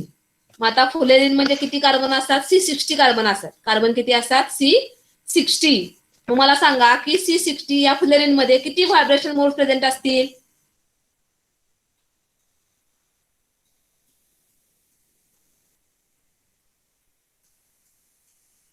आता हा मॉलिक्यूल कसा आहे? लिनियर असणार आहे का? नाही, लिनियर नसणार. तो कसा असणार आहे? नॉन लिनियर येणार ना. फुलेरिन मॉलिक्यूल कसा येईल? नॉन लिनियर येईल. मग मला सांगा की किती मोड्स ऑफ व्हायब्रेशन प्रेझेंट असतील फुलेरिन मॉलिक्यूल मध्ये?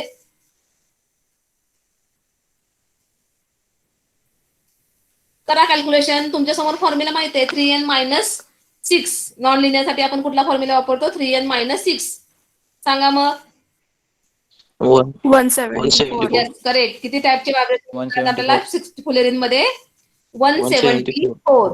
कारण फुलेरिन हा किती कार्बनी बनलेला आहे? C60. फॉर्म्युला काय त्याचा? C60 म्हणजे 60 कार्बन ऍटम झाले. मग 60 ऍटम जर झाले तर 60 इंटू किती जाणार? 3 येणार.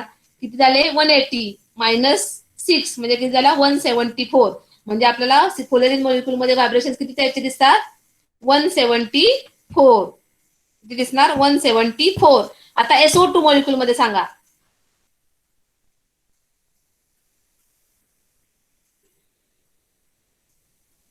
SO2 मॉलिक्यूल मध्ये मोड्स ऑफ व्हायब्रेशन किती आहेत ते मला तुम्ही सांगायचं.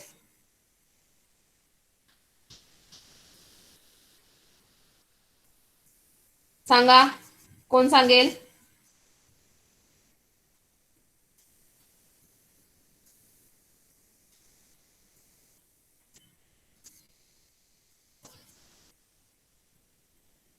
येईल का सांगता कुणाला?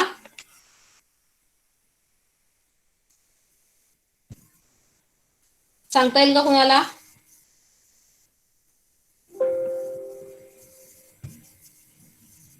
कोण सांगेल मला सांगा.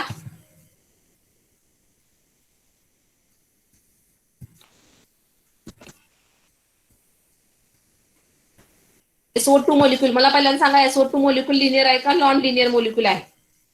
Non linear. Non linear. Non linear.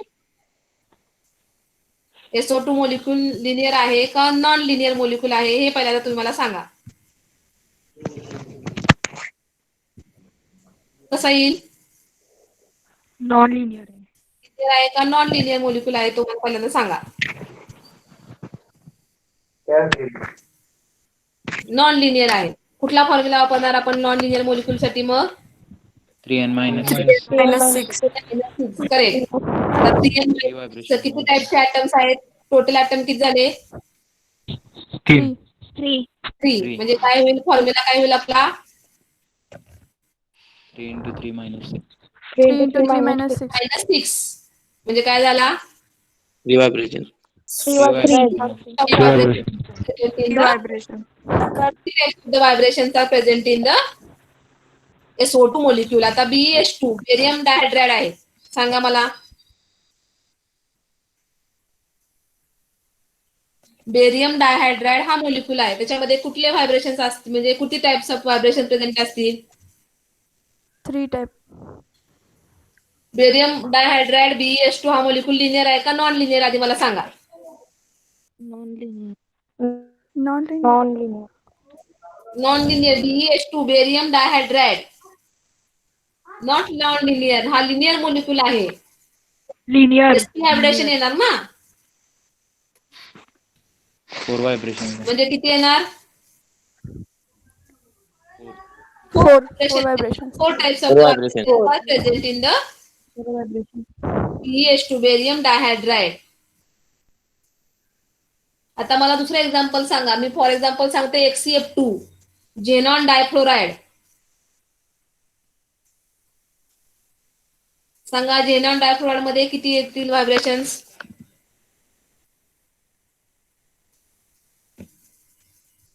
कसा मोलिक्यूल आहे झेनॉन डायफ्लोराइड? HCF2 लिनियर आहे का नॉन लिनियर मोलिक्यूल आहे? Linear. करेक्ट. कसा येणार? लिनियर येणार. मग लिनियर असेल तर फॉर्म्युला काय झाला? 3n minus 5. किती आले मोड्स ऑफ व्हायब्रेशन? 3.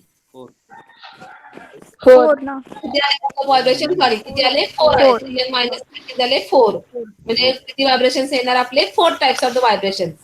म्हणजे अशा प्रकारे आपण मोलिक्यूल मधले व्हायब्रेशन काय करतो? कॅल्क्युलेट करतो. कुठल्या फॉर्म्युलाने करतो? मोलिक्यूल जर लिनियर असेल तर आपण काय करतो? 3n मायनस 5 आणि मोलिक्यूल जर नॉन लिनियर असेल तर काय करतो? 3n minus 6. हे आपण जे फॉर्म्युला बघितले ते काय करतो आपण? पॉलीअटॉमिक मोलिक्यूल साठी बघितलेले आहे. हे सगळे काय असतात? पॉलीअटॉमिक मोलिक्यूल साठी आपण बघितलेलं आहे. आता आपल्याला ऍक्च्युअली नेक्स्ट लेक्चर मध्ये बघायचं आहे ते म्हणजे आयआरचं इन्स्ट्रुमेंटेशन. कसं आयआर वर्क करतं त्याचं इन्स्ट्रुमेंटेशन आपल्याला काय करायचं आहे नेक्स्ट लेक्चर मध्ये बघायचं. समजलं का तुम्हाला? How to calculate that is the modes of the vibrations in the molecule. Yes, madam. Linear molecule आणि नॉन लिनियर मोलिक्यूल मधले व्हायब्रेशन्स आपण कसे कॅल्क्युलेट करतो? तुम्हाला प्रश्न असतो how to calculate that is the example दिलेलं असतं आणि हा मोलिक्यूल मधले vibrations modes of the vibrations काढायचे असतात आपल्याला कॅल्क्युलेशन. कळाले का सगळ्यांना? हो. चालेल. मग आपण पुढच्या लेक्चरला काय करूया? आयआर इन्फ्रारेड स्पेक्ट्रोस्कोपीचं इन्स्ट्रुमेंटेशनचा पार्ट बघूया. आतापर्यंत बघितलेला पार्ट समजला तुम्हाला? Okay Miss. चालेल. मग आपण इथे थांबूया आज. मी प्रश्न कुणालाही विचारणार, त्यामुळे प्रत्येकाचं काय पाहिजे? लेक्चरला लक्ष पाहिजे. उगेच तिथं चालू करून ठेवायचा मोबाईल आणि दुसरी काय आपली काही कामं करायची असं काही करायचं नाही. आणि जे विद्यार्थी उत्तर देणार नाहीत मी नोट डाऊन करून ठेवले त्यांचं प्रत्येकाचं रेकॉर्ड इथे माझ्याजवळ. चालेल. थांबायचं का आपण इथं? मग आता